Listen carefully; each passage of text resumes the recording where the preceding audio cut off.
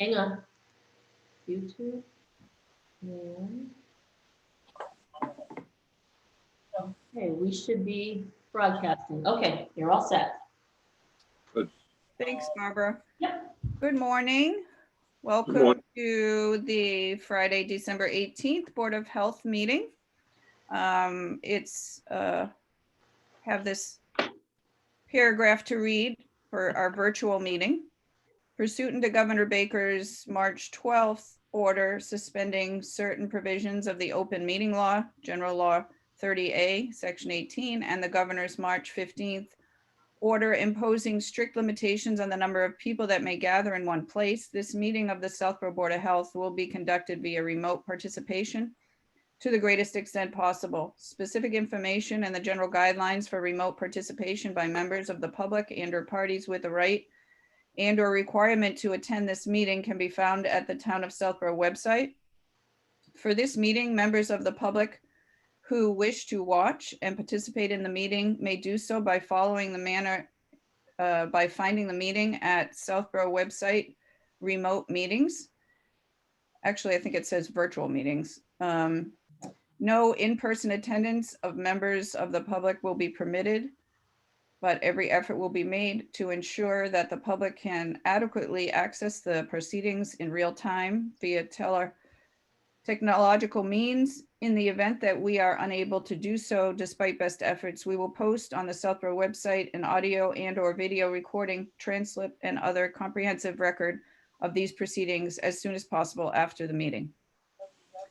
So, thank you guys. Oh, Emily, welcome. I think you're muted.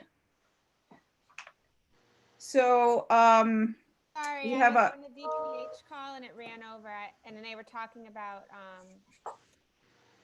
first responder COVID vaccine clinics, so I didn't want to miss it. Okay, no worries, no worries. Glad you could join. And we just started, as you heard me read the paragraph. So we have a full agenda, hoping to get through everything we need to do in 2 hours. We have a lot to cover. I'd like to start the meeting. Paul, can you give us a brief overview of the agenda? Yes, some of the more important items, and I don't mean to say that I'm going to put these in any kind of superlative list or anything, but the more important things I think we want to get started on earlier in the meeting is the issue of the Board of Health, where we are right now, what we foresee or need for staff arrangements, rearrangements, with resignations coming up, and what we're going to need for staff in the near term and then the future. And I think I'll leave that up to first starting with Mary Lou, but then we can chime in. And I know I and Emily probably have some comments about various aspects of that, in probably the rest of you board members, Nancy and Dan. The other thing, other than that, then we'll talk about the budget and where we are with the budget. We do have some items that need, well, almost everything needs a vote of some kind, but we do have, I've put down as a list there of items needing discussion and a vote. It's really just the narrative of the annual town report, a vote to adopt new soil testing witnessing fees for septic systems, a vote to issue the draft solid waste application, the draft of the solid waste haulers application fee and permit. That was already discussed and you voted to pursue that. Now it's actually just formally voting that permit and fee in place. So that's recorded in the minutes. And then there's the item of the letter that was going to preface the Davis Farm dump off of Breakneck Hill Road, so that formally, that brief report of mine as to a site assessment can be sent to the Conservation Commission and the Board of Selectmen and any other board, commission, or committee that's involved with solid waste or any issues relative to town lands. And that's it, Mary Lou. I think there's other items, I'm sure, but on the agenda, But I mean, there's a highlight. I just try to highlight what I think is going to be necessary for both. That's great. Thank you, Paul. Before we dive right in, could we approve? We have 2 past minutes we need to approve. So I'd like to see if anybody has any edits, comments, or updates to the meeting minutes of November 9th, sorry. Did everybody get the minutes to review, Nancy, Dan? Yes, yeah. Yeah, Okay. we got them. Anybody have any No, I edits? thought I they don't- I looked don't great. know. Okay. Do I take a vote to approve the minutes of November 9th? Yes. You move. So I make a motion to vote to approve the minutes of November, remind me. I'm 9th. looking. 9th. 9th and 24th. And I second the motion. And we'll take a vote to approve the minutes of November 9th and 24th. This is Mary Lou Woodford. And I say yes, approve. This is Nancy Sacco and I say yes. And this is Dan O'Rourke, and I say yes, I approve the minutes. Great. Thank you, guys. So I think it might make sense, Paul, I know it has on the agenda, you given an update here, but maybe I give an overview first on, I'd like Emily to give an overview on the COVID response and our COVID numbers and where we are with COVID, and talk about our COVID things, and then we'll move to the staffing. Is that okay? Yeah. Okay. So I think it makes sense. I mean, COVID is front and center in all of us, and it affects our day-to-day life, and trying to have our Southborough COVID response as comprehensive as we can be. It's consumed all of our times. It's been challenging in the least, which I think people who have followed the board knows that.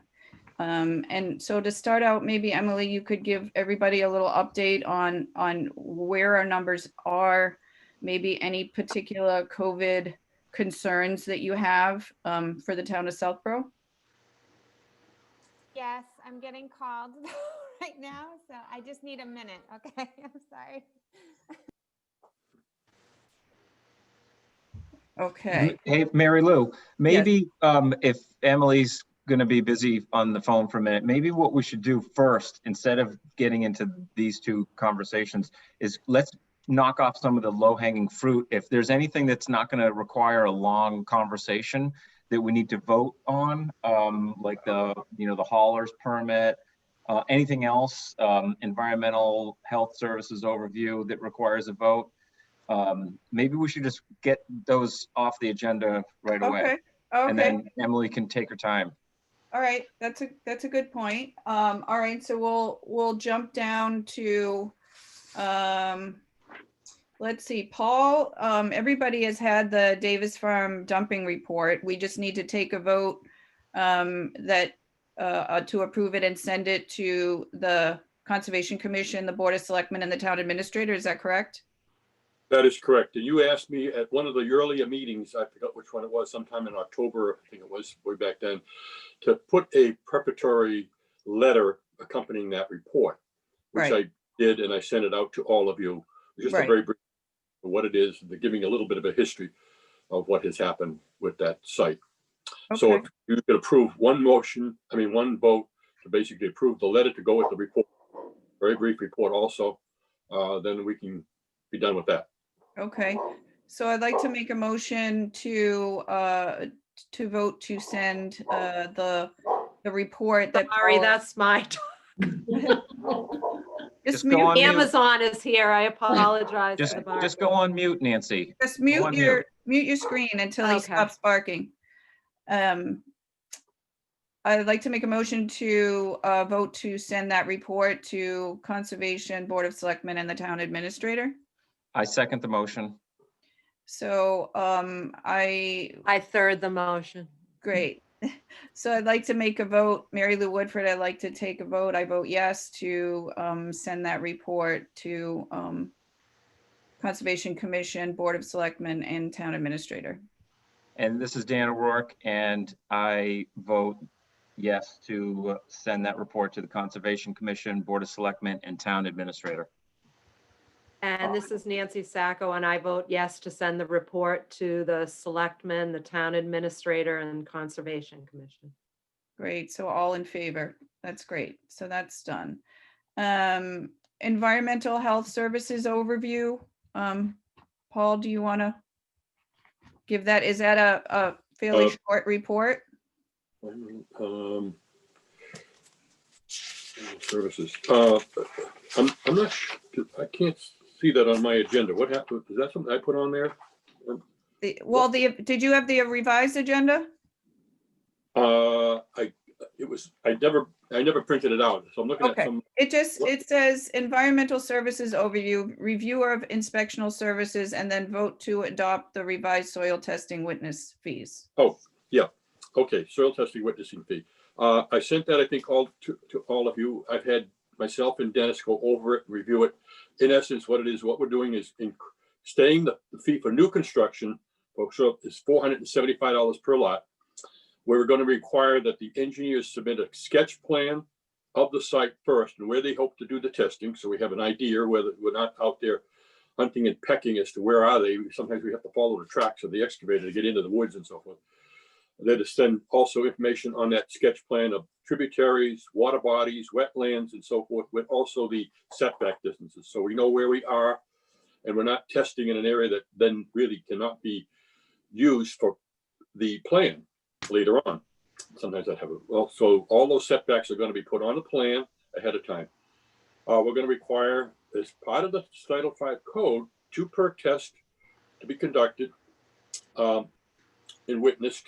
1 in the primary, 1 perk test in the primary, and 1 in the reserve. 4 deep holes, 2 in the primary and 2 in the reserve. And this is all part of, and I won't go through all the technical citations of CMR 1500. 310 CMR 15, but basically it's following the code. But the other thing that's changed is that we're going to start charging for every perk test over 2, we're going to charge an additional $125 per hole for a perk test hole each, and then $125 for each separate additional perk test. Also for any additional deep hole observations, and this is all these tests are recorded in our logbook, the witness. Will be $125 each for each separate deep hole. Extra fees must be paid after the first day of testing and before any septic plans are submitted for review and approval. No septic system, subsurface sewage disposal construction permits will be issued by the Board of Health office until the fees are paid in full. The other thing is, starting February 2021, the fee for residential repair, that's repair of failed septic systems, will be increased to $250 per lot, which is a $25 increase, I believe. So that's it. If you would like to, any questions on those fees? As you remember, about every 2-3 years, we've been increasing the fees. What's happening is, as you probably know, the good soils are getting far and few between. There's more not too conducive soils for soil tests for putting septic systems in. It takes longer to witness some of these tests. Dennis has to be out there for hours in order to make sure he's doing due diligence, completing the soil test. And sometimes if you get a very slow rate, he can be out there for 5 hours just on 1 perk test. So it's a lot of time. And so we're increasing. Other towns I've gone to, looking at towns around us, including the Neshoba Associated Boards of Health, they've all begun to do similar scenarios like this of requiring more in the way of fees to be submitted. It's unfortunate. The developer and the homeowner is going to ultimately have to pay for it. For this That was my question, Paul, is this in alignment with other towns? And it sounds like it is. Yep, I've checked with 4 or 5 other towns, 4 times anyway. And it is. Okay. I've also checked with engineers who were able to give me more information about other towns outside of our immediate area. And they say, yeah, that a lot of them are going to that because the soils are just, you hit a lot of bedrock, rock outcroppings, shallow to bedrock, very poor drain soils. And of course, we have the double whammy of having a reservoir in half, 2/3 of the town. And so that requires increased setback distances. And so that's the other thing about Soren getting the sketch plan to us. That's unique to us. It's not unique to towns like Boylston, West Boylston, Sterling, and other towns that have surface water supplies. But that's another factor that we want sketched out, because a lot of times we're wasting their time and our time if they haven't got it all sketched out. Yeah, it all makes sense and seems pretty straightforward to me, so I don't have any questions. Right. Thank you. Do we want to take a motion? Yes. So I'd like to make a motion to vote on the revised soil testing. I second the motion. I third the motion. Okay, so this is Mary Lou Woodford, and I vote yes to accept or adopt the revised guidelines for soil testing and fees. And this is Nancy Sacco, and I vote yes to adopt the revised soil test witnessing fees. This is Dan O'Rourke, and I vote yes to adopt revised soil test witnessing fees. Great, thank you. All is in favor. Before we go on from environmental and inspectional services, Paul, can you and Dennis just give us an overview of the volume and breadth of work that's going on around inspectional services? Yes, and Dennis can chime in too. By the way, just to let you all know, in the annual town report every year, we put down, Barbara has the metrics and the data that we've aggregated over the course of the last 12 months. So that will be in the annual town report about the number, the metrics on soil testing, soil test witnessing, submissions of failed septic system plans, inspections of all the component repair type of inspections. Those are broken components, D-boxes, both, and also complete new replacements, and also complete complete new septic system plans. But generally, we have had we've done this, this has happened, Mary Lou and board members, probably this is about the third time that I can recall since being here in 1993, we've had a huge uptick in construction of single family homes and some commercial, not much commercial, that's diminished, but a lot of single family homes. A lot of houses have converted, wanting also go from a 3-bedroom to a 4, or 4-bedroom to a 5. That requires new construction and a septic system. We've also had a lot of new houses being built. Some of them are continuing to be the McMansions and so forth. So there's been an uptick in soil test witnessing. We've got engineers, applicants, developers begging Dennis to, can he speed up? I mean, can he come out sooner than, I think Dennis can speak to that. Things were booked up such that he was pretty much solidly booked up. I think right now he's caught up on a lot of the soil test witnessing, but we also have, of course, the plans that come in for all of these that have to be reviewed. And sometimes they're not in complete compliance with the code.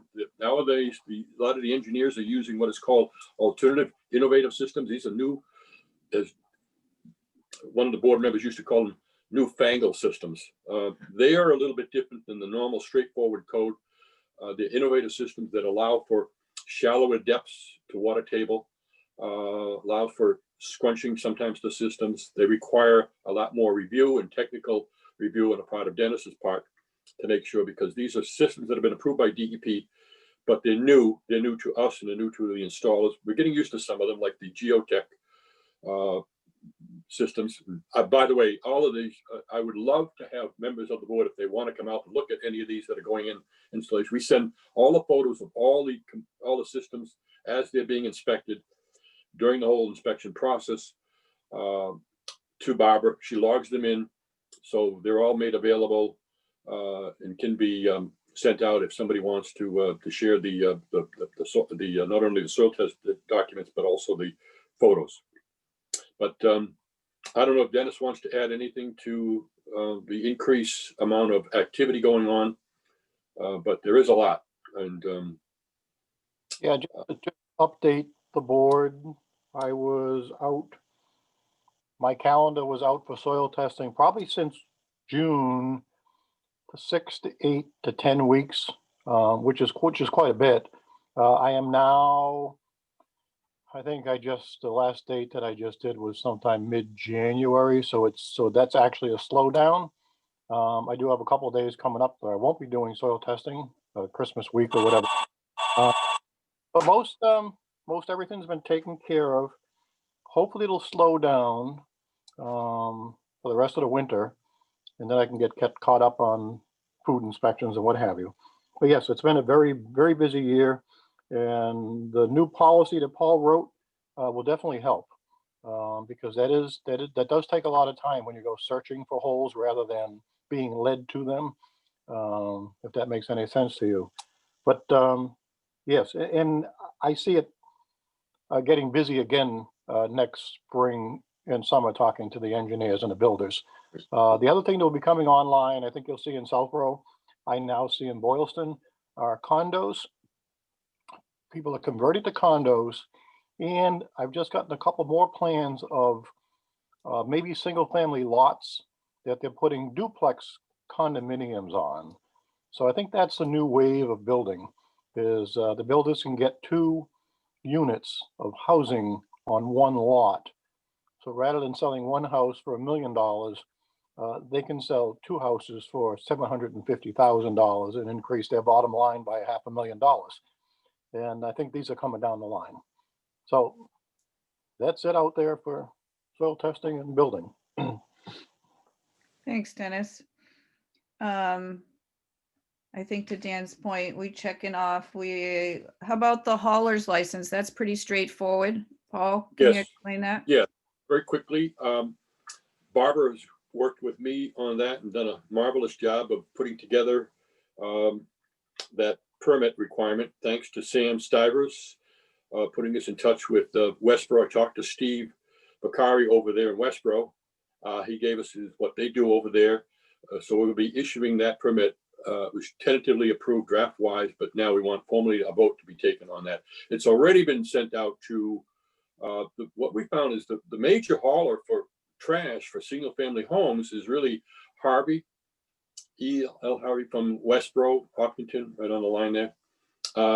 We've called a lot of the other waste haulers, but they have the big dumpsters, which they've been putting up for houses, but it's really not a regular trash pickup. It's for people are cleaning out their house. I talked to one of them and he said, it's amazing what people have accumulated in their house over the years. They're getting ready to sell.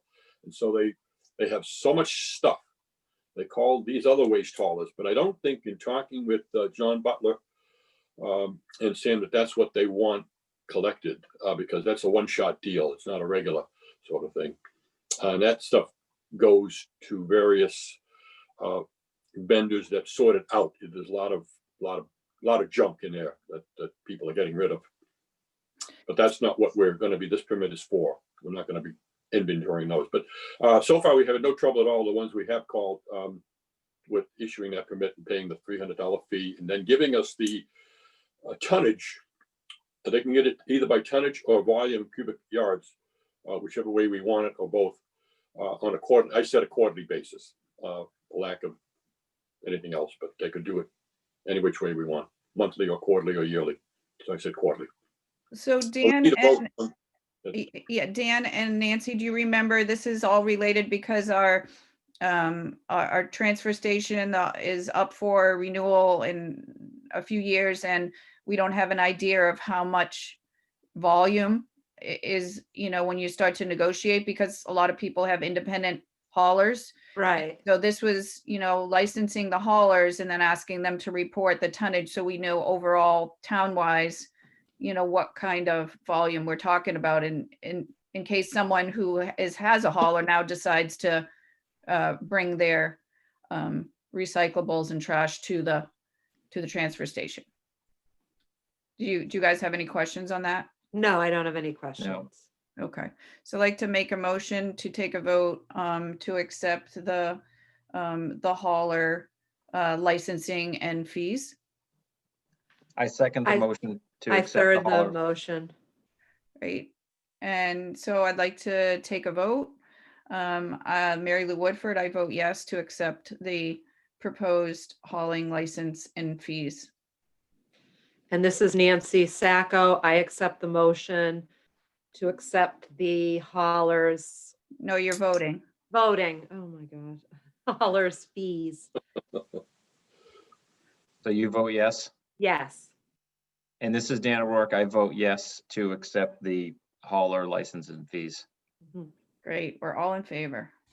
Okay, one more off the agenda. It looks like those are all the only other easy vote is, I'd like to make a motion to vote that we submit the annual town report. And I don't know if people had a chance to review it. I'd actually like to go through that with you, Paul, and maybe add some more things about what the Board of Health is doing, has been doing, so that we really give residents in that annual report a better understanding, because in my meetings over the last 3 or 4 months, it's become very obvious to me that town residents, as well as some other committees and board members, really don't understand the breadth of work that the health department does and is statutory required to do and mandated to do. So I think I would like to submit a little more robust report this year, if that's okay with you.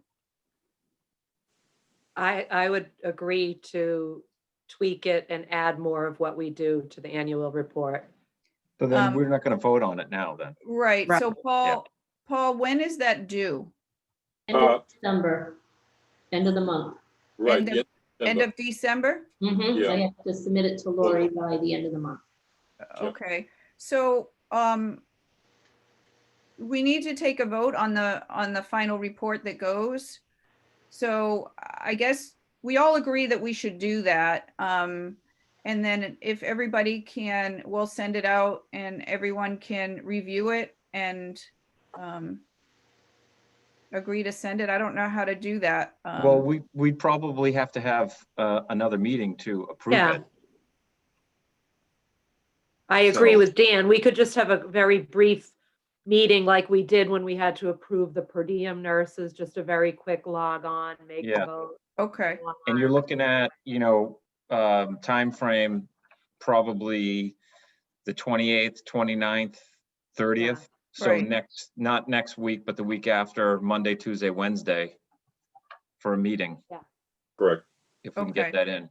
all right, so let's work on that. If all of you can think about the things that you want to put in it, and we'll all sort of collaborate on that and working with Barbara and getting that to a place that we can send, and then we'll just, like you said, have a quick meeting to vote on it, okay? Sounds great. Okay, Good idea. so, I guess now, probably we move into what we're gonna have the most discussion on today. And that is our COVID response in Southborough, our restructuring thoughts. Everybody knows of the staffing issues we've had and the challenges we've had. And I think I have some kind of exciting solutions, but let's sort of start at the beginning. And Emily, now that you got sidetracked and back in again, if you could give everybody an update on what's going on in Southborough. Sure. Can you hear me? Not too well. Okay. Background noise at my house, so Much better. there is a little bit of background noise, so I apologize for that. So cases have more than doubled in the last 4 weeks. On November 18th, we had 100 cases. And since then, we've had over 100 cases. Yesterday, when I was writing up this report, it was 213 confirmed cases, and there's more that I know of that are coming. And then I've also gotten 5 cases already this morning. So it's exploding exponentially. So it's been impossible for me to handle on my own. So Emily, the CTC has. I've got a question for Yeah. you on those numbers. 213. So when did those come in? that total number? What's the time frame on those? That's since when? From the beginning. Okay. From January, I run the report from January 1st to the next day, so it was run through today. All right, so that's for the I full ran. calendar year of 2020. Uh-huh. And then, It's so It's very 213, what, small compared to other towns around us. yeah, what's the I talked to number? Worcester yesterday. They have like 12,000 cases. Wow. But what's the number of active cases currently in Southborough? 78. 78 active, okay. Thank you. There are some that are due to be closed, but that's currently, they haven't been documented as recovered. So there's some follow-up still to be done on some of those cases. They likely, there are quite a few people that have completed their isolation period, but you know, the closeout has not happened yet. So we recorded our the second death of a Southborough resident in the past week, and it's very sad. And I do want to say about the CTC, even my meeting with my CTC local liaison this week was much better than weeks past. They seemed more on the ball. They were responding to all the cases, like every case that I had sent in the last week had been reached out to, where in previous meetings, it would be like, oh no, they were unreachable, classified as a different thing. So I'm continue to be optimistic about that opportunity to be able to use them for, doing the interviews of cases and getting all that information for the state. I'm not sure what other information I can give you. Let's see, Mary Rogers took the training this week for Maven and is completing the tests that they require, and then hopefully she'll have access next week. I spoke with Kara yesterday, and she was hesitant to be taking cases because her contract is only through December 30th. So I said, that's understandable. Let's connect after the Board of Health meeting today. There's some changes going on. So, just want to keep her up to speed, but she hasn't taken any cases yet. And then Molly was able to take a couple cases today and follow up with all their contacts. So,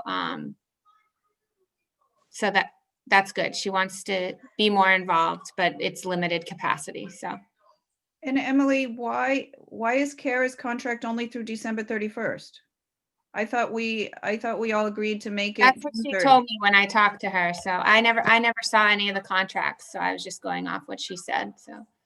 Okay, we need to clarify that. Mary Lou, Yeah. Mary Lou, we were told that legally that was the only thing we could do because they were going to be using the CARES Act money funding and they had to document that it was strictly COVID-19 related. Those funds disappear as of December 30th. So we couldn't issue them an appointment letter beyond December 30th if we had no money. But Paul, we talked about that. They're per diem. We're not guaranteeing them any hours. So if now we got to go through a new contracting with them if new money comes available and we can use them, if we're able to get money from advisory. So this goes back to that whole contracting discussion that I'm going to have in a few minutes. But I think our goal, Molly's contract goes to June 30th, correct, Emily? I don't know anything about people's contract dates. Paul? It's just, these are letters of agreement, I guess you'd say, acknowledgement agreement or whatever contract. There's no date on Kara's, there's no end date on Kara's contract. She might have been told that the CARES Act money will run out. Okay. December That's a good 30th. point. I just looked, there's no end date. Okay. Thanks, right, Barbara. Yeah, I think that's all we did. We said money is only available until December 31st, but it's not really a contract, Mary Lou. But again, we can look at that in detail and discuss that with all the powers that be in town, so that we coordinate with the chief executive office on making sure we're doing things legally. But in the next week, we discussed with Dan's suggestion for a vote on the end report. The last week in December, we can, if we need to finalize a reconfirmation vote on any of those per diem nurses, we can do that at that meeting. Yeah, well, this is gonna get to, because when we talk about our structure, we need those per diem nurses and we need them to be available. And Yeah. so part of the requirement, part of the request that I think will go to advisory will include a line with dollars in there for our per diem nurses in hopes that we'll get it reimbursed, but we can use them now because we need them now. So we'll talk about that in the structure part, but thank you, Emily. And the only other thing, Emily, is are there any specific questions, issues, or things specific to Southborough? Any towns, any food establishments, any schools, any things that COVID related that you wanted to relay? Oh, well, I mean, that would take me hours to Okay.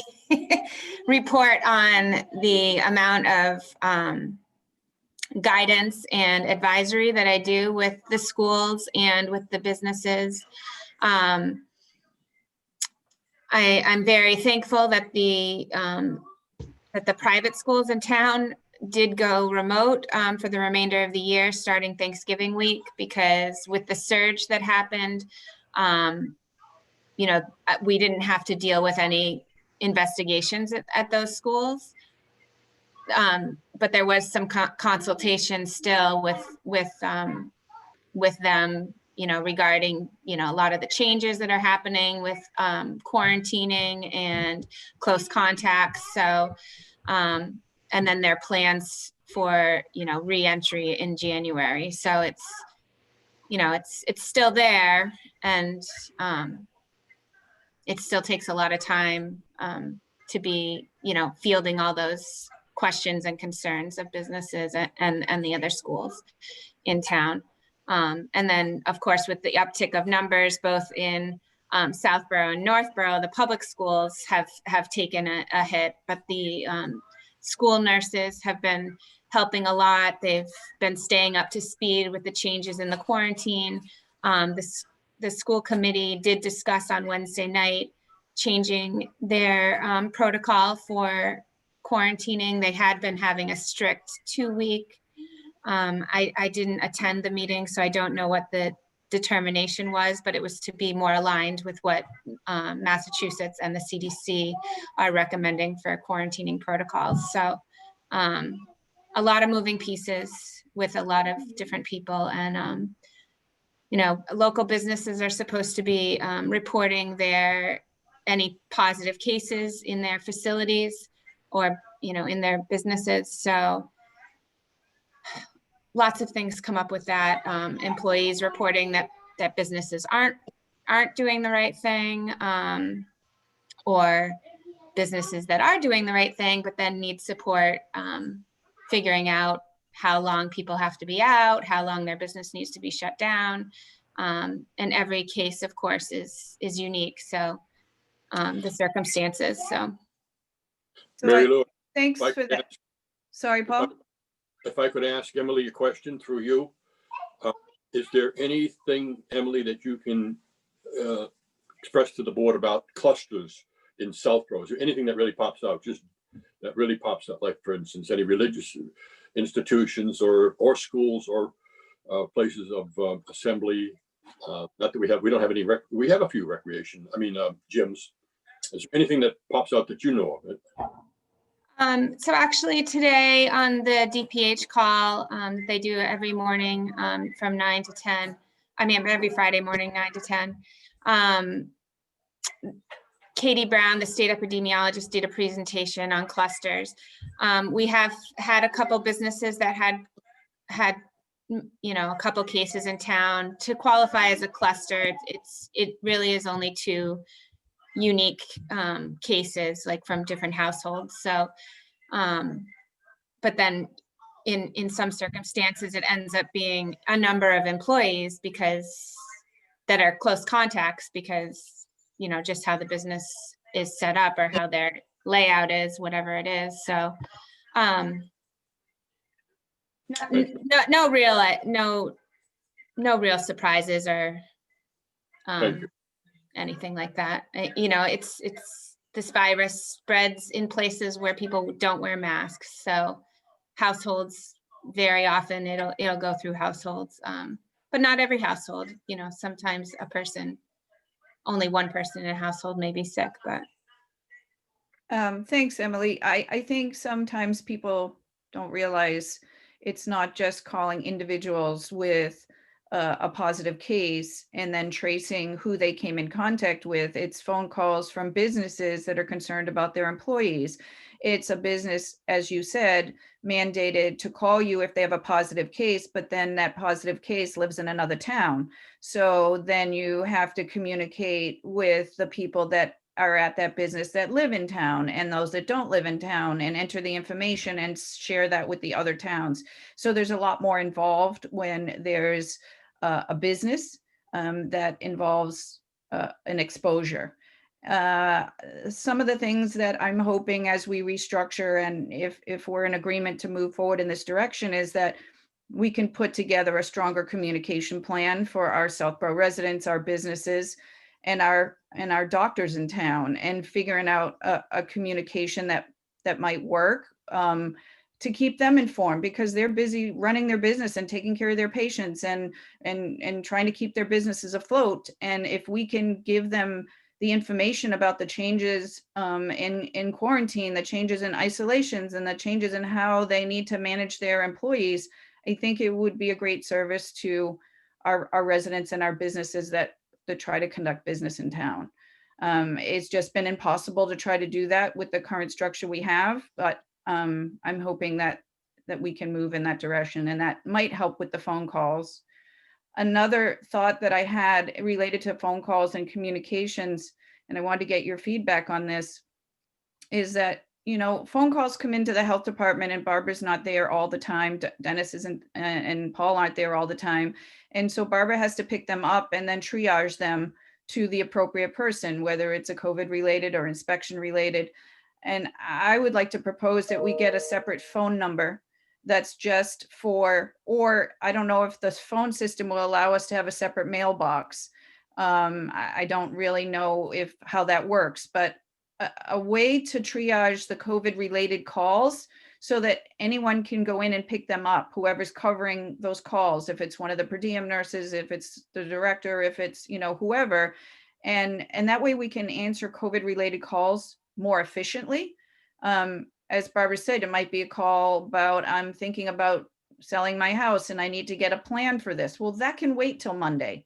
But if it's a COVID call related to a business and someone is concerned about someone sick at business and they need an answer, we need to respond to that quickly. So I just want to get your feedback on that. I thought initially we could just have a cell phone that's a specific number. And if they call the Board of Health office, that voicemail says, if this is COVID related, please call this number.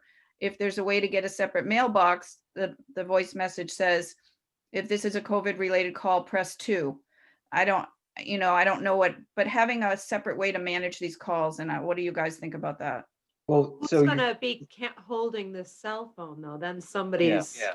It's if you had a cell phone, you don't have to hold it. You just could call in. You get, you go to get the voicemail. So someone's responsible to check those if it's the cell phone. Or well, why not have a COVID hotline, right? So a new phone number with, like you said, Mary Lou, a different mailbox, or voicemail, and Exactly. then that, but it's a unique phone number, and then it can be advertised throughout town as the COVID hotline, which I think is a great idea. I think the only, and it's not a big challenge or hurdle, is the only challenge or hurdle would be advertising that and ensuring that, people are using that versus the regular, because that they're going to still, even if you have a hotline, and everybody's home gets that number, they'll still end up calling Barbara's desk, right? So, Right. but it's still a great idea. Yeah, and Yeah. I don't think it negates that, because all of the governor's responses, call your local health department, call your local health department. That's all they say. And so whatever it is, it would have to be on our voicemail when they call the health department, and either you're giving them another number or they're giving, press 2 or whatever. So Yeah. I Yep. like the separate number idea, and I thought the cell phone was easy because you can add it and get rid of it when you don't need it. But I just don't want someone to have to respond 24/7 and never get a break from it either. Like, who's going to be in, you know what I'm saying? Whereas like a hotline, the message is there, you can check them when you check them without being inundated with calls 24/7. I think that's a lot to expect for someone to be carrying the hotline phone. no, they wouldn't carry the hotline phone. It would just be another phone number, and Barbara would call into that voicemail. Oh, If okay. that's the case, to get those and triage. It just, she knows, like, if it's a Friday afternoon at 4:00 and it's a septic plan thing, versus if a call comes in on that Okay. line, then I'm going to answer that. And maybe we think about weekend coverage to check in that. I mean, we're in a surge right now. It's important. And Mhm. maybe people have to check that voicemail twice a day, 3 times a day. Okay. Well, my phone has been that hotline, just so you know. I've picked it up any day of the week. I did not pick it up at 3:30 in the morning what was it, last Sunday? Why not? I was sleeping. I left it downstairs to make sure that I got a good night's sleep.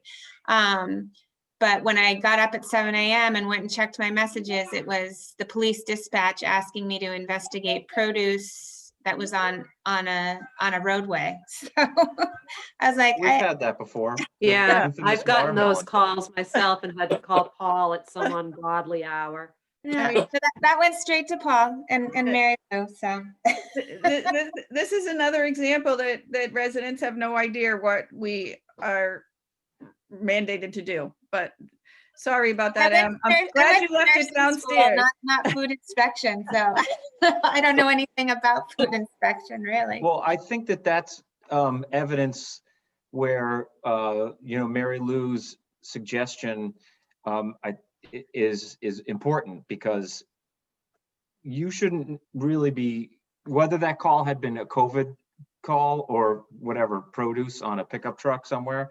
I don't think that either way, it shouldn't have gone to you. It should go to a COVID hotline. And then at 7 a.m., if you so choose, when you wake up, you can check that mailbox, or you can do it at 9, whatever it might be. But for you to get that phone call at 3:00 in the morning, that it shouldn't have gone to you either way. Right.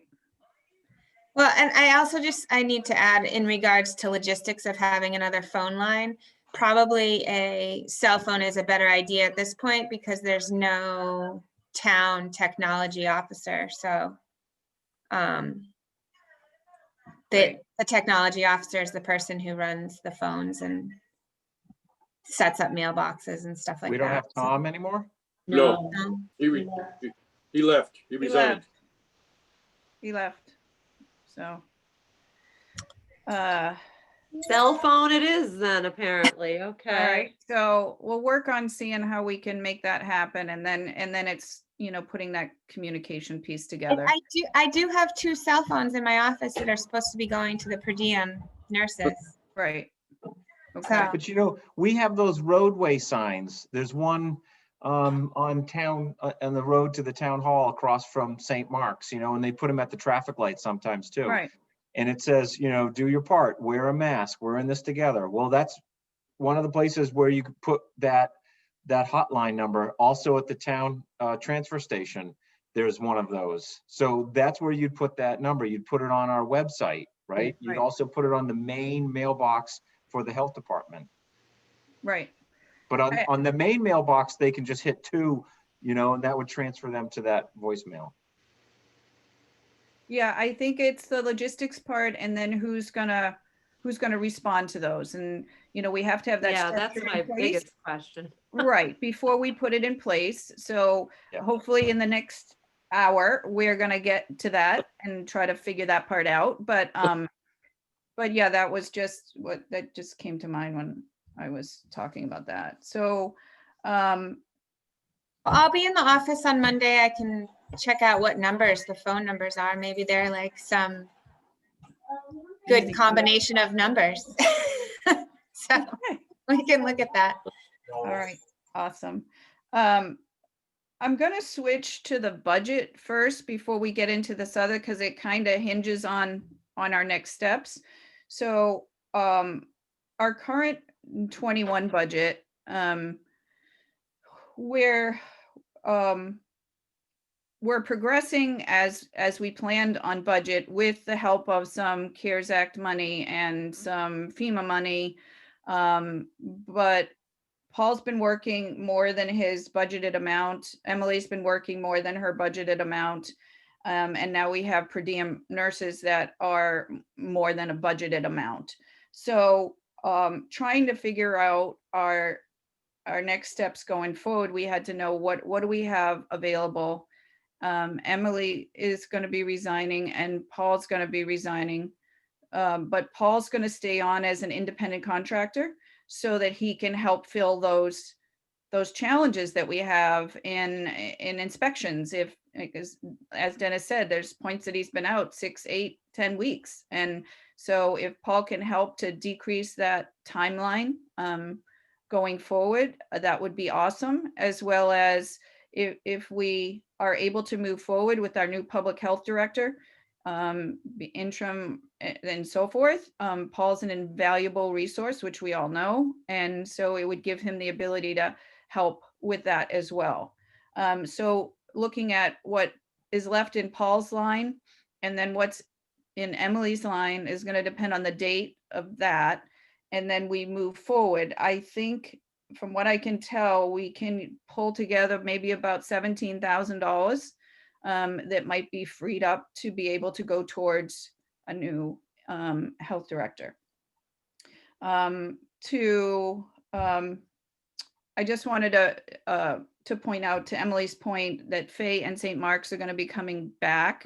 And Leslie's had some good conversations. She knows those nurses over there, and they are interested in getting trained to do contact tracing within schools, similar to the way the school nurses have done in the Northborough public schools. So I think that will be helpful if there's a nurse in each of those schools that can trace when it happens and work collaboratively with the Board of Health. The 22 budget, we're going to have to vote on when we all come back to vote on the annual town meeting piece. We need to, I know you've all seen the 22 budget. Some of it is going to hinge on this whole contracting piece that I'll talk about in a minute, but the new budget would include the full-time health director, a full-time public health nurse, and a full-time business administrator, which is different than we currently have. And so our staffing budget will go to almost $250,000. But I want you guys to see all the lines as they're written. Our budget is about as bare bones as it gets. I think there's 10 lines in the whole budget. There's not much there. But if we agree to this staffing structure, there's some numbers still in that budget that I don't know how to get to the answer. And that is like the wireless phone service. We don't have to pay for a phone in our budget, but we have to pay for the phone service. And so trying to figure out what those numbers are, we need to get that into our 22 budget. I wanted to update you on, so really there's no vote on the budget. It's really just letting you know where we're at. And then if, I'll make sure you guys both get the 22 budget as we get it revised. I'm working with Paul and Barbara to try to fine tune that a little bit. So we'll vote on that at that follow-up meeting. Okay. I wanted to update you on all the meetings. Some of you know some of them. I think some of you have listened on some of those. All of the meetings that I've had within town.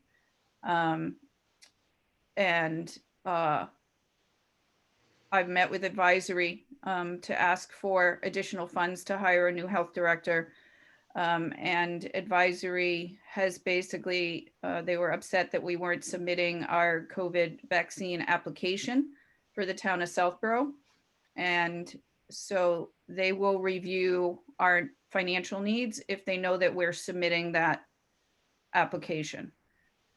And unless we submit the application. So we did have a meeting with Chief Achilles, Emily, Leslie, Sam Mark. Stivers, who's been a phenomenal advocate for our health department, and who Mark else? Purple. Mark Purple was at that meeting. And the part of that discussion was, what do we need? Because our feeling was, if we don't have this proper staffing to do a COVID clinic to vaccinate people, how do we do this responsibly? And so that meeting was to say, can we do this responsibly, and pull together? And it's Jason Malinowski was there as well, and apparently he does project management in his day job, and he offered to project manage with Mark Purple and sketching out the logistics of what it would take to do a COVID clinic, working collaboratively with Chief Achilles and us, although we're stretched right now on how to do that. I think I have a possible solution. But I met with advisory. I met with, I've had many conversations with Sam Stivers as our advocate. I've met with personnel board. Our biggest challenge in my eyes right now is that, according to the public health statute that's been in place for many, many, many years, Chapter 111, Section 27 allows local boards of health, which are independent elected boards, that we don't, and some people in town, I think because there's no org chart in town, it's hard to know like how we sit in town structure. It would be great if we had one, but we don't. And so people don't realize that the Board of Health does not report to the selectmen, does not report to the town manager or town administrator. We report to the residents of Southborough and to the state.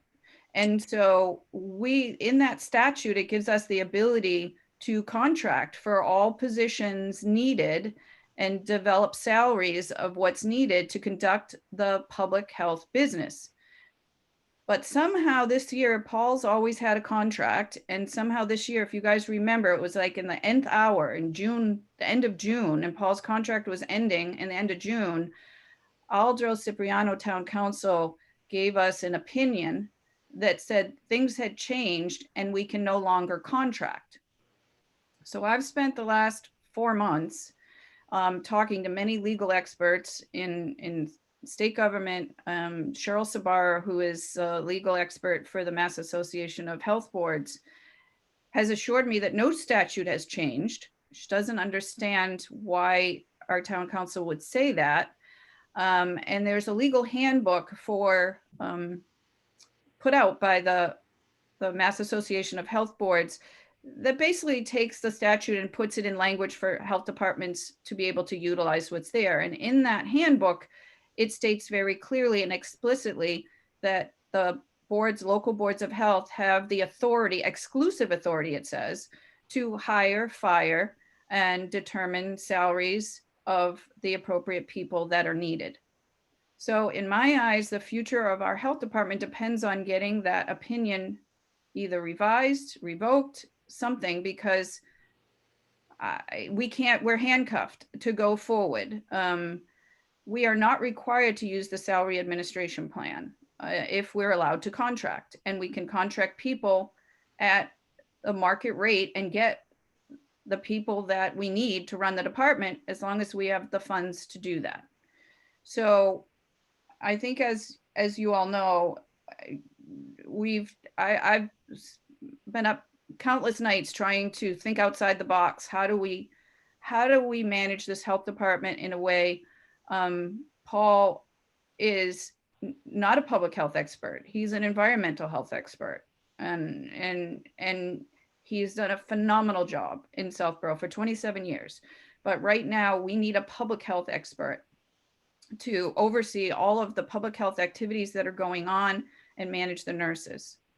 So thinking about anyone who's already salaried in town, is there someone who can do that? I've had conversations with people about that. There really isn't anyone that fits that. Part of those conversations and trying to brainstorm and figure out where do we go from here. I had multiple very good conversations with Dr. Louis Faison, who you guys all know was our previous chair. He's a physician, was a physician in town, knows Southborough very well. He's retired and now lives in Sturbridge. I thought he may be able to act as our interim health director because he's an MD and he knows public health. He's not able to do that right now, but he gave me a phenomenal reference, which I sent the CVs out last night to you guys. Hopefully you saw it, the CV of Dr. Heather Alker. She is an MD, MPH. She works at UMass. She was an OBGYN, has gone into public health. That's where she wants her career to be. She would be very interested in being our future public health director. I explained that we don't have the ability to fill that job right now, but maybe we could look at it as an interim contract, as an interim public health director. Now, as long as we can contract, we can do this. An interim public health director from January to June 30th, knowing that, you know, we need to get approval of the budget for the new director. And I explained to her that we would probably have a committee that would review applicants and pick the most, you know, qualified person. She's well aware of that, and she's still willing to take an interim job. I got her financial requirements. It would be, she could free up 20 hours a week starting December 28th. And she could work 20 hours a week at $85 an hour, no benefits. To me, doesn't get any better than that. She's an MD, MPH. She can work closely with Chief Achilles. She can work with all the staff, with Paul, and Dennis can manage the environmental responsibilities. And I really want to get your thoughts on that, because I think we need to vote about if this is the direction we want to go to, and then I'm willing to, you know, figure out the numbers and go to advisory to see if they will fund us to move forward in that direction. I think it's a wonderful solution, Mary Lou, and I thank you for putting the time in and caring enough about our department and the town to look for a very viable solution. Yeah, I completely echo what Nancy said. And the only thing that I'd want to know more about is how town council opined some change in circumstances regarding contracting, and has there been any other and I know we've talked about this before since then. Has there been any other communication from him regarding those comments? So, well, and the one other point here is, and because, what's her name, Heather? Heather. Because we'd be Yes. contracting her, we don't have to, you know, there's no job posting, correct? I think you already mentioned that, going through the salary administration plan. Yeah. So we don't have to go through that process because it's a contract position. And then when we are ready for a full-time public health director, then she would have to still go through that application process. Well, Correct? she'd go through the application, but it's similar to, like, we have a fire chief, police chief, town administrator, public works director. They were all under contract as well. And so public health was always Paul was always under contract until just like that. And then when he retired, he then had a part-time contract. So it was still a contract. Paul was under contract up until this June. And it just makes no sense because there was no statute changes to the public health law. But to your point, Dan, we can all vote to move in this direction, but we can't do anything until we get that contracting issue resolved within the town, because Aldo is our town council and he's said that. So I've been trying to get a meeting or some resolution to this. I don't know how to move forward. Sam Stivers is aware of it, and he is more than willing to help in whatever we need to do. But I think having this meeting, and if we vote to move forward to try to contract with Heather, I looked at, so if she's able to work 20 hours a week from January to June, that's approximately 44,200. And if we can figure out about 17,000, that's currently, we have the balance of Emily and Paul's contract to go towards that, we'd be looking to advisory for about 27,200. So, but if we can't contract with her, we can't, it's a moot point. And advisory wants to know that we can contract in order to give us the money. So we need to resolve this contracting issue. So is anybody looking into this? Because this it really seems a little below board, like what's going on. So I'm concerned as a town resident that it sounds like some things going on aren't, for lack of a better word, they seem a little illegal. Well, where's the communication? What's the official channel of communication? How was it sent? Is it in writing? Or, was it a conversation? Paul, you wanted to say something? Yeah, no, we have a letter from Aldo. I never received the letter. I believe Mary Lou said that she was emailed. It was somewhere in her inbox, but I never received a written copy, except finally Sam Stivers was able to get a copy to me, and I read it. But that was the first time. It was dated sometime in June 22nd. Yeah. 22nd, right. But one suggestion you may want to think about is, when I first was employed here in the town of Southborough, I was under the salary administration plan, the personnel bylaws. And then when I went into a contract, the chief executive office had what they call labor council look at it, not Aldo. It had labor council, because that was a special legal arm of the town to look at labor and contract issues. And it was Demetrius Moskos's firm, I can't remember the name, Bowditch and Dewey or something like that in Worcester, that looked at it and gave a letter, a confirmatory letter. And I think probably Vanessa might have that somewhere in internal files of the chief executive office. But I remember that letter distinctly saying that after careful consideration and review of the statute, chapter 111, section 27, the Board of Health has very definitely power to contract with any employee, including the public health director. So that's where that contract has been morphed when I retired and changed to a part-time public health director in 2006, to 20 hours a week.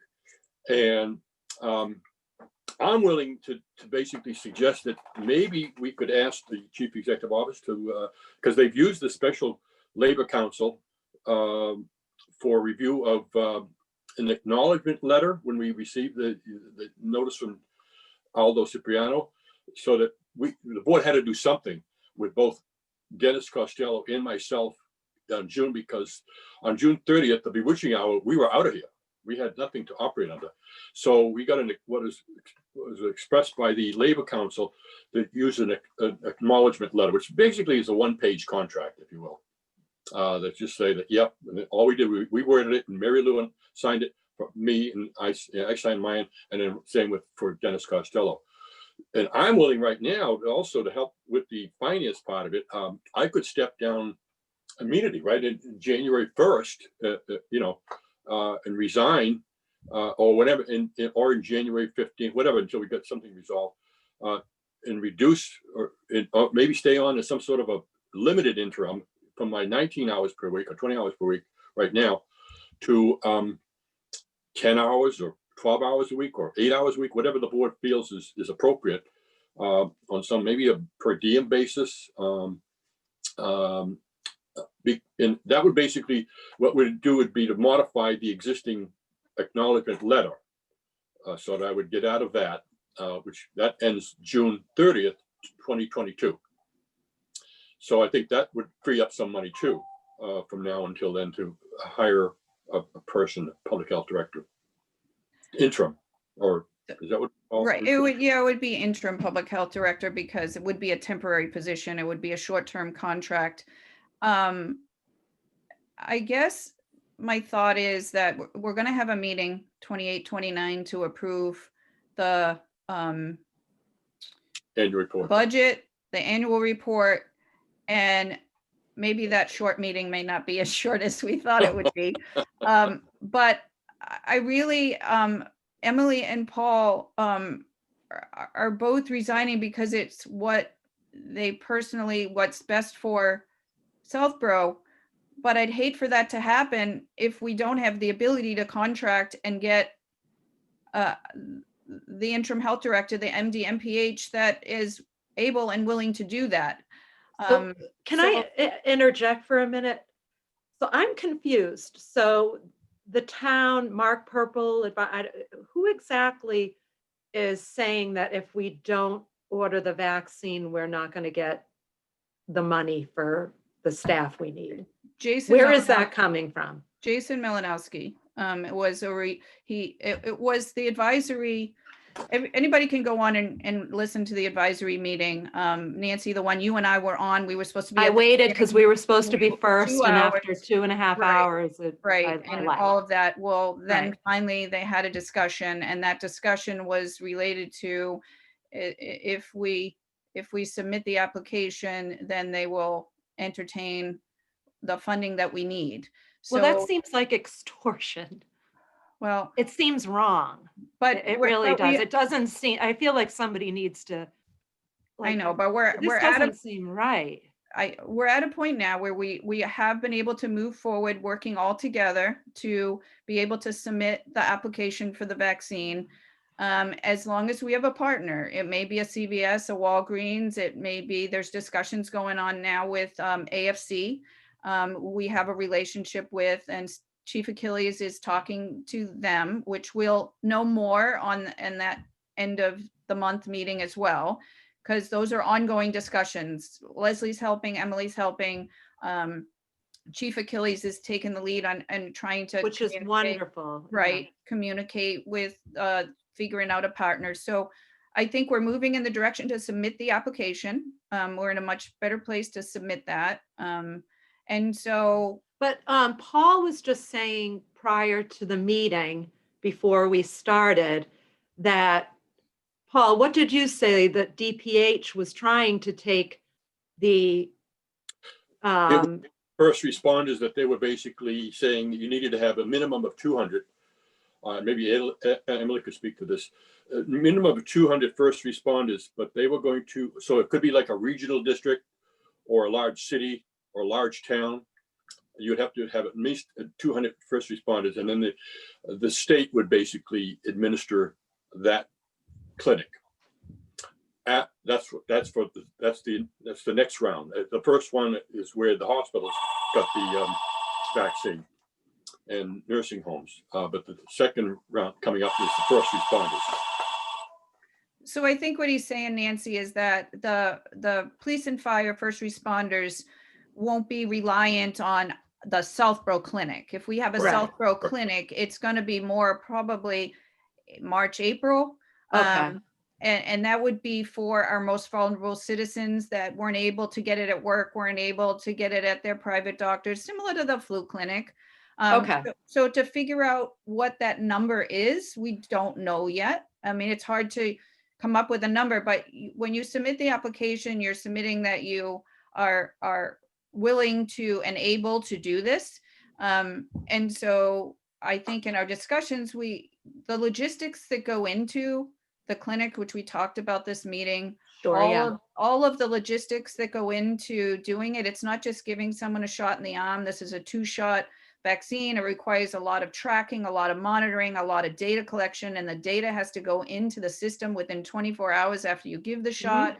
I mean, there's a lot of logistics that is very onerous, but yet if we can get a partner like a CVS or a Walgreens or a AFC, they would That do would be all that part. fabulous, yeah. Right. And then we would still be a partner in this. So we still need police, fire, and Board of Health Right. and DPW to coordinate and ensure that it happens. And I think if we have a partner, we're in a much better place now that everybody's working together and trying to figure out how to do this. So is that like, I'm just getting confused. So do we need to have all those ducks in place before they'll consider the money, I was giving told, us the money for our new plan of staffing? Like, I just feel a little bit like I'm on puppet strings here. Like we're all doing well, how do I feel? I know. So, I mean, as a board, I feel like there's, right. And it just seems, I we're mean- given all this autonomy, but yet we aren't really, because. Right. Well, that's why I said it hinges on getting this contract issue resolved. We need to get that resolved. And hopefully we'll get some help to do that. Well, you've really done so much to get us to where we're at. I just hope, the others that we're working with, see things clearly and help us out. Nancy and Mary Lou and everybody else, the record should show that we are here. The Board of Health is here in the best interest of the public's health. Okay. Exactly. And we're just trying to do what's right. There are people out there that want this vaccine, and without a doubt, we will be a part of a vaccine clinic. But we just want to make sure, to Mary Lou's point, it's not just putting a needle in somebody's arm. There's a lot to this. Oh, I know. We want to make sure that, we can be, again, responsible and in the public's best interest, do it correctly. We can't, it's not very professional for the advisory board. And they're also not helping us when they're saying, oh, well, you apply for the application, then we'll consider giving you money for it. Well, we need the help, right? We need the help to put on this clinic. And certainly we've already, to this point, it's 11:23. We've discussed the staffing requirements and the needs that we have, which would be very beneficial in putting on a clinic. It's like, it's as simple as a chicken or the egg, which was going to come first. We need the help to put it on. But even though we're going to apply for this, doesn't mean it's going to happen. But we're still, if we can't get the staff, then as Mary Lou keeps saying, we're going to have to do it in partnership with CVS or Walgreens or somebody else.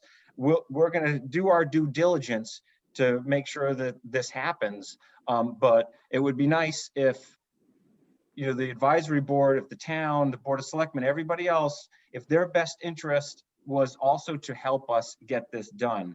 Or to help the residents and not the residents. Their own agendas. Exactly. Right. We're talking about money, salary. All right. That's seems to, and whatever the contract issue is that Aldo Cipriani, the town council, has brought up, we need clarification on that in order for us to do what's right by the citizens in public health. Exactly. If we can, Dr. Heather Elker is willing to do this, is able to do this. She's an MD, MPH, and maybe with her on board, we can conduct the clinic. But if we can't contract with her to come on board, it's like you said, Dan, I feel like it's just it's really difficult process. So to me, the first step is being able to contract, getting this physician on board that can work closely with Chief Achilles and anyone else we need to work with to figure out if we can do this and how we can do this. And having someone that's able to man the ship from a public health perspective. Paul's able to manage, to man the ship for all the environmental pieces, but the public health piece is where we really need help right now. And one of the things advisory asks is, could we regionalize? Could we, that's down the road. But if we have a Right. director that's able to do that, we can move in that direction. But without a public health director, I don't know how to do that. I'm burning at both ends right now. I'm You just really, like, I know, Mary Lou. I'm doing my best. I mean, Southborough, my mom grew up in Southborough. I've lived in Southborough 35 years. It's important to me to get it right. But this contracting piece has put handcuffs on me as to how to move forward. And so I feel like, Can you find that communication, Mary Lou, and then forward it out to the rest of the board? sure, Aldo's letter? Yeah. Sure, happy to.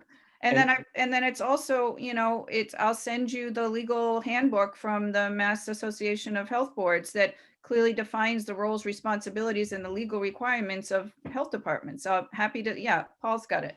Okay, So- so, yeah, I'd like to take a look at that myself. And did it specifically say we cannot contract employees? Oh, Aldo's letter, yes, very specifically. And in his letter, he told us we needed to go amend the statute if we want to continue contracting. I don't know. It's honestly, it's unfortunate that more citizens don't attend more of these meetings, because I think a lot of them might be quite shocked at how many hoops Mary Lou and we all have. I mean, this is ridiculous. This is a pandemic. Also, we The need to Board of know. Health should be at the forefront, not like, well, we'll only give them money if they're going to do this. I mean, that's horrible, for lack of a better word. So unsupported. And it's sad. I wish more town residents read went to these meetings, because I think they'd be pretty shocked. Well, they're being recorded What's and going on. they're recorded and people can go. I and- know, and but watch it. honestly, let's face Yeah. it, not a lot of them are choosing to. And Well, I'm also very interested in any follow-up with Aldo and, where he came up with this information. You make a statement, you need to show us where, the information on it, the legalities of it.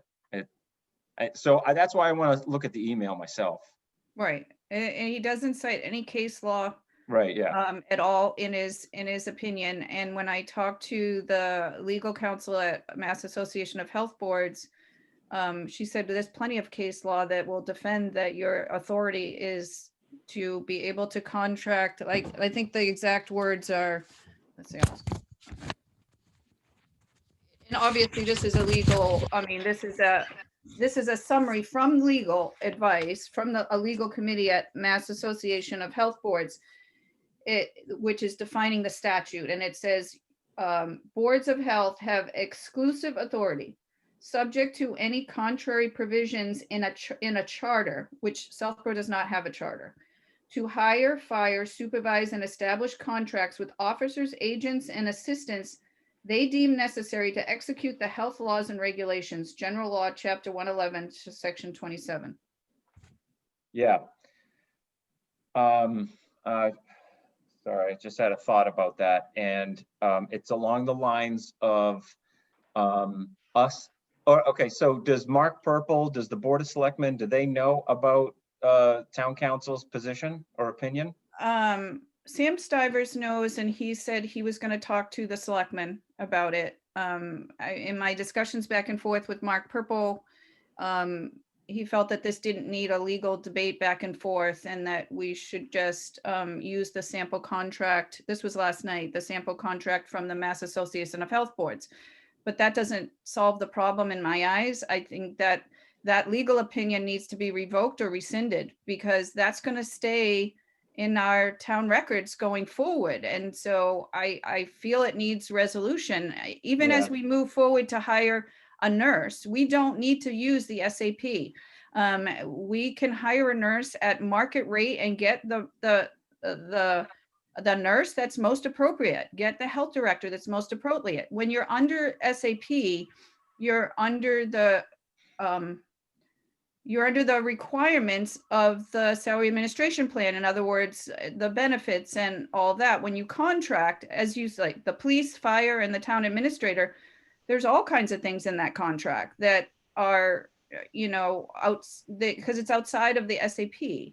And our director of public health services should have the ability to contract and determine a salary that's appropriate to get the work done. Mhm. So that's kind of where we're at. Okay.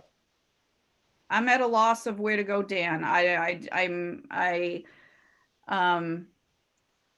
don't know if we need to go to a selectmen's meeting. But it's time is of the essence right now. And as Aldo gave us this letter on June 22nd, and Paul's contract was going to end on June 30th, we signed, it said, okay, well, you can sign an employment agreement, in which we signed. My back and forth with all of these legal people, which I'm not a lawyer and I don't have but I've learned a lot in the last 2 months, that an employment engagement letter to the lawyers I talked to said it's the same as a contract. So Right. I'm not understanding something. Okay, so Paul is currently under an employment engagement letter. Right.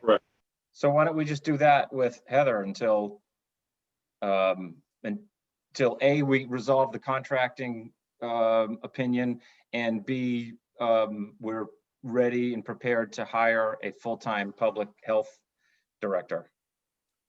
And that engagement acknowledgement letter came out as a result of the chief executive office in town getting in touch with the so-called, quote, labor council, special labor council, which they have apparently a contract or relationship with. And that's what that person, I don't know who the person was, but somebody indicated that's what the board could do. We have Timothy Litt would like to speak. Is that okay, Mary Lou? Sure. Go ahead, Mr. Litt.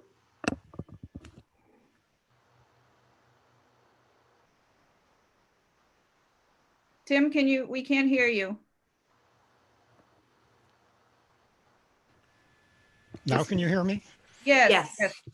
Sorry, there are too many mute buttons. It doesn't make sense for me for you to give up Paul and Emily's funding in order to pay for a portion of an interim director. I mean, Paul's work needs to be done. You just said you want to hire a replacement for Emily. If you give up the funding, the money isn't there.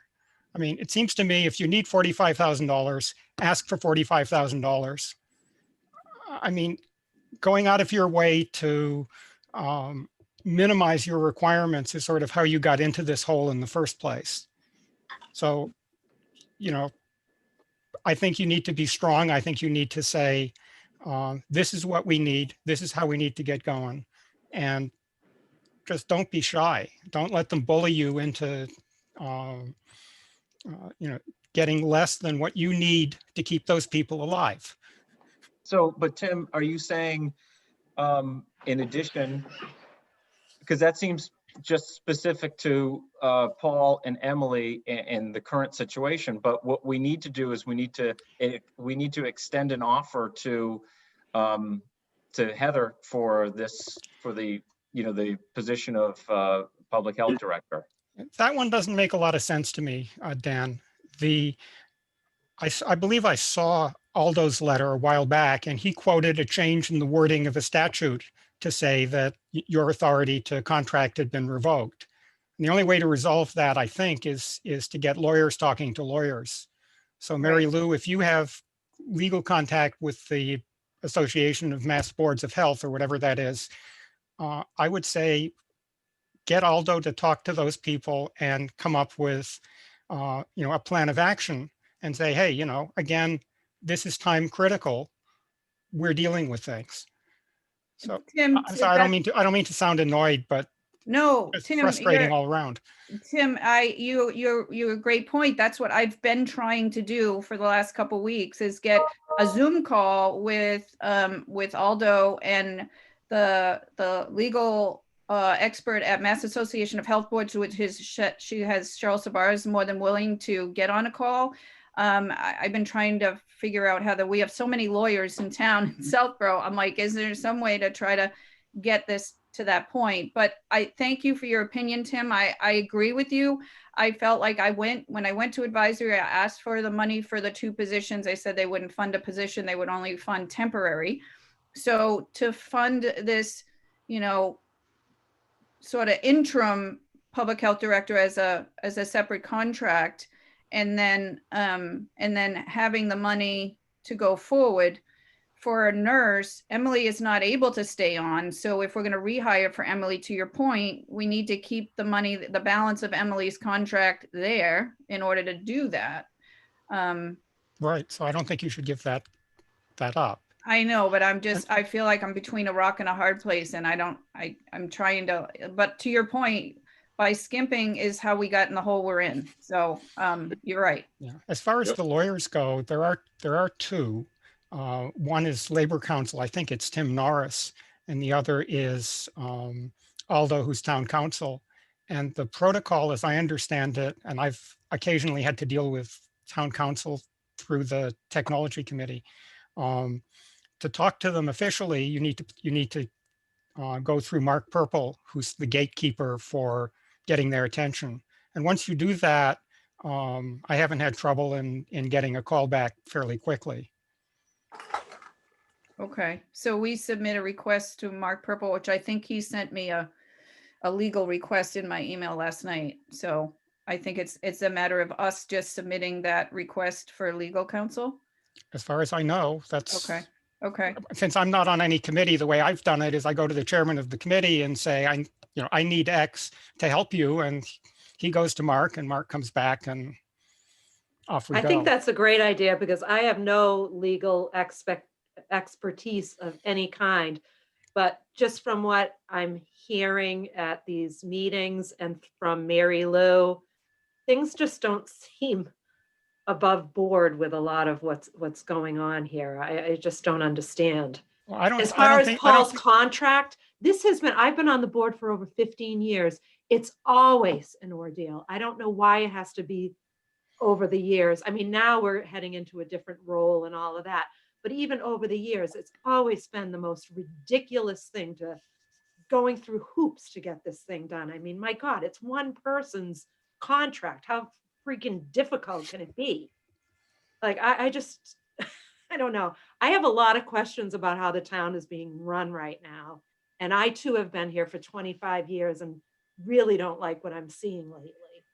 So after this pandemic is over, I think it might be, time to do a little investigating on really what's going on here, because I don't think anyone's trying to do anything nefarious. I think everyone's trying to do the right thing, but I disagree. Here we are.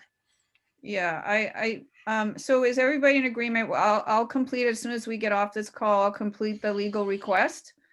As I said, Sam Stivers is very supportive. I asked him to present Marty Healy's an attorney and see if he could get support of the rest of selectmen, if that's what we need. And then I don't even know when advisory meets again. So all of this is, Tim, do you know by any chance? You seem to know when all the meetings are. Do you know when advisory meets next? Hang on. I don't know off the top of my head. They have typically been meeting on Tuesdays, but give Kathy Cook a call or write her a note and say, I need an answer, and she'll schedule a meeting. I will. And Kathy Cook has been very supportive. Personnel board has been very supportive, us moving in the direction. When I met with the personnel board, realizing that at that point, I thought it was cleared up that we had the ability to contract and we would contract. And so we didn't need personnel board because we didn't need SAP. Betsy Rosenblum was that's great. You don't need personnel board. You don't need us. You can just move forward and contract. So we got to get it resolved. It looks like they meet every Wednesday. Oh, okay. And I'd like to say there's some wonderful people in town. Most everybody is that in local politics is fabulous, but I do think there are a few that have ulterior motives that aren't really in the benefiting the townspeople. That's all I'd like to go on record as saying. Okay. So I guess I'd like to take a vote and make a motion to take a vote that we want to move in the direction to hire our contract with Dr. Heather Alker for that 6-month period and move in the direction to do that. Can I make a motion to vote? I second the motion. I third the motion. Okay, and so I'm going to take a vote to move forward to contract with Dr. Heather Alker at $85 an hour, working approximately 20 hours a week, as long as we can resolve the contracting issue, and to do that as soon as possible. I vote yes, as stated by Mary Lou Woodford. This is Nancy Sacco. And this is Dan O'Rourke, and I vote yes, as stated by Mary Lou Woodford. Okay, awesome. And then we'll look at if we are able to resolve the contracting thing, we would also look to contract with a public health nurse as well and look for the funding to fill the position that Emily is in. Is everybody in agreement with that? Yes. Yes, yeah. And Mary Lou, are we voting to submit the application for the COVID vaccine? It's on the agenda. We need to do that, yes. So I make a motion to vote to submit the application for the COVID vaccine. I second the motion. And this is Dan O'Rourke, and I vote yes to submit an application for the COVID vaccine. And this is Nancy Sacco, and I vote yes to submit the application for the COVID vaccine. And this is Mary Lou Woodford, and I vote to submit the vaccine for COVID vaccine in collaboration with Chief Achilles and our team. Great. Okay. Well, I think we got through a lot. Does anybody have any questions, thoughts, concerns? And then we'll talk about next steps before. Does anybody know which vaccine? So you just apply and whatever. Okay. Yeah, you can't pick. Part of the application talks about, obviously, if it's a Pfizer vaccine, it's the storage and all of that. I mean, I don't know if you saw, but one box of 90 vaccines had to get thrown out because there was a temperature issue. Yeah. And so if we partner with someone, they would be taking on the responsibility of all of that. So it would allow us to get our residents vaccinated without all of the responsibilities of the logistic pieces that go to it. Right. And you just have to know, because there is a difference. Like I got the Pfizer vaccine and I know you have to, I got it. So I know you have to stick with whatever you get the first time. You have to obviously. For the second shot. Yes. Yeah. And there's a difference in the time lapse between the Moderna one and the Pfizer too. I think one is 21, one is 4 weeks. There is. Whatever. And if Johnson & Johnson and AstraZeneca come out, before we have our clinic, you got, 4 options. So, and they're different. And Johnson & Johnson might be one shot. Yeah. And so we don't know at this point. Okay. And you can't pick. When you put the application, no. You can't say I only want the Moderna vaccine. You can't do. No. So we have to be prepared for, what. Yeah, it'll just mean when we have to have our clinics will be very time specific, right? Right.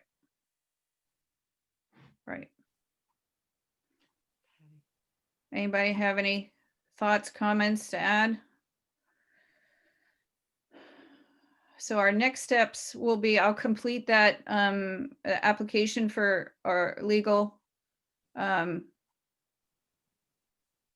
Request. I guess, yeah. Yep. I'd love to get it on, if there's a way that we could, all hear the opinion, that would be awesome, so that we all hear what it is, but I don't know how that works. Well, isn't the request that you're putting in, isn't that to meet with town council? It's town council for, I don't, Tim, maybe you can answer this because I've never done this. Is it for town council to confer with the Labor Council. Labor Council and maybe the legal expert from Mass Association of Health Boards, and then come back to us? Or is it I don't know. I think the way I'd put it is that Aldo issued an opinion that denied your ability to contract. You have authority, you have legal opinion from the state that says, yeah, of course you still have the ability to contract, and you need this conflict resolved, preferably in your favor immediately. Okay. Just make it sort of that simple. Yeah. If the lawyers sort out, it's my bailiwick or your bailiwick, or the comma is here, or whatever they're going to make a fuss about. Right. Okay. That's the plan. And then we'll have to set up a Zoom meeting sometime, like you said, 28, 29, somewhere around there, 30, so that we can vote on the annual report language, the budget, and hopefully this contracting piece is resolved. Yeah, that sounds good. If Barbara can send out that poll. Okay. All right, and I'll get this request in ASAP. Paul, you have a thought? No, other than the fact that Barbara, I'll have her work on sending out that the sections of the legal handbook for boards of health, with the highlighted sections to help you get through. It's actually easy reading. It really is. It's legal language, but it's easy reading. Also, we'll send out to you the letter that we did receive from Aldo. And so you'll all have those in your possession prior to us meeting, and then we'll send a doodle poll out. And I think you also already have the prefatory narrative for the annual town report, but we'll see what Barbara has been able to aggregate for all the data and stats and metrics for the rest of that report. Well, Mary Lou said she wanted to work on that narrative. Okay, correct? yep. Yeah, and if any, Dan and Nancy, if you have any thoughts of what to add.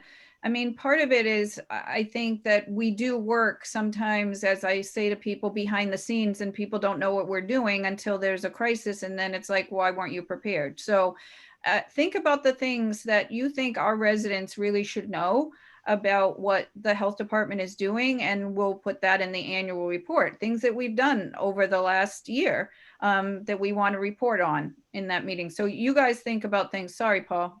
No, I was just going to reaffirm what you just said. I've gotten several emails from Tim Litt regarding that very issue, how we should get more information out to the general public through whatever means and all means we can, through the media, the channel, the cable. And I don't live in town, so I don't know, but he's sent me an email on exactly the sources that would probably run pieces like that. It's just a matter of somebody finding the time to write whatever we want to say to get the word out, because it's definitely, of course, there again, how many people will read it, we don't know, but at least if we can try. I wish we had a public relations expert at our disposal, or a volunteer that does marketing and PR, but we don't. Well, I have a big mouth, Paul. I know a lot of people in town, so the word will be spread. Well, maybe that would be one of the responsibilities of a new public health director. It is, Stan. It's in a communication plan is absolutely there. I think we Yeah. could be doing a better job at communicating to the residents, lots of different things. And to be fair, we just haven't had the bandwidth to do that. And we need to be doing that. So that's clearly part of the job description, for sure. Yeah. Good. Right. And if Dr. Alker is, ends up going forward, she has a lot of great ideas for public health in Southborough. Working with youth and family services, working with on addiction, on vaping, on tobacco, on working with SEFTA in the schools. I mean, Yeah, it would be a great great asset for Southborough for sure. that's the How other do you thing. spell her wanna- last name? Mary Lou? What? A- ALKER? ALKER. Okay, perfect. MD-MPH. And we can send out her curriculum vitae, which is phenomenal. It's several pages long, and there's a lot dealing with her interest has really been in a whole variety of different subjects with medicine, public health, but it's also preventive Right. medicine. She's done an awful lot, and that's one of her fortes. And one of the things that always impressed us about Emily was she was interested in prevent. We never got to it, unfortunately, because we got hit with this virus. But it looks like this Dr. Akers is very much interested in disease prevention of all kinds, obesity, metabolic syndromes of all kinds, insulin resistance, on and on and on it goes. These are very topical issues that really affect everybody in town, everybody, generally, the whole country. And it's something that has been sorely lacking, and that's why we're very good at fixing people, broken bones and surgeries, which Nancy can tell us about ad nauseum, I'm sure. But as far as prevention goes, I think we've been very derelict. And nobody's basically put enough emphasis on that. So we're glad to see her resume is very strong in that issue. Okay, guys, thank you for your time. It's been a full meeting, and hopefully we'll get things resolved soon. And thank you all for everything you're doing. Emily, thank you for. I know, Emily and Paul, thank you so much for. Thank you, Paul, you've been enormous. So much. Dennis, just because we can't see you, we can hear, we can thank you for all the work you're doing. And I think we're one step closer to, as I tell people, Southborough Board of Health is on a respirator right now, and we need to come off and start to recover. So Well, I think would be a lot worse off if it weren't for all your efforts, Mary Lou. Exactly. Yeah. Very I can't thank you enough, because I really haven't had the time to put into it that I would have Well, liked. I That's- don't either, but it's, you know what, we're making progress. That's all we can look at. We only look forward. We can't look back. So let's look forward, and hopefully Yep. everybody sees it, values it, and helps us get where we need to go. So Since we thank got you. a- Sounds I good. want to thank you too, Mary Lou, for all your work and really advocating for the residents of the town and for the Board of Health. And I'm sorry to be breaking up the band here. You guys really have a good rhythm with your No. voting and motions going on. So Oh, my thank you. my letter of resignation will go out to you in email, but I sent it to Paul. And the date is flexible. I did put February originally, but you know, if something has to change in order to move around funding or not, you know, I'm open to working with you. I do want the best for the residents, and I enjoy working with you all. So Oh, thanks for all your hard work. This has been so much. Yeah. Oh, So I much, can't even- Emily, and we would be in a horrible place if it wasn't for you. So Oh, my gosh. so we're very indebted to the time, the commitment, and the stress on your own family to I know. help the residents of Southborough, and truly grateful for everything. thank you. Thank you. I appreciate that. All right, guys, we'll see you soon. All right. Have a happy Thank you. holiday, everyone. Yeah. All right, Yeah. thank you. Bye-bye. Merry Christmas. Bye. Happy Yeah. New Year. See you. Oh, yeah.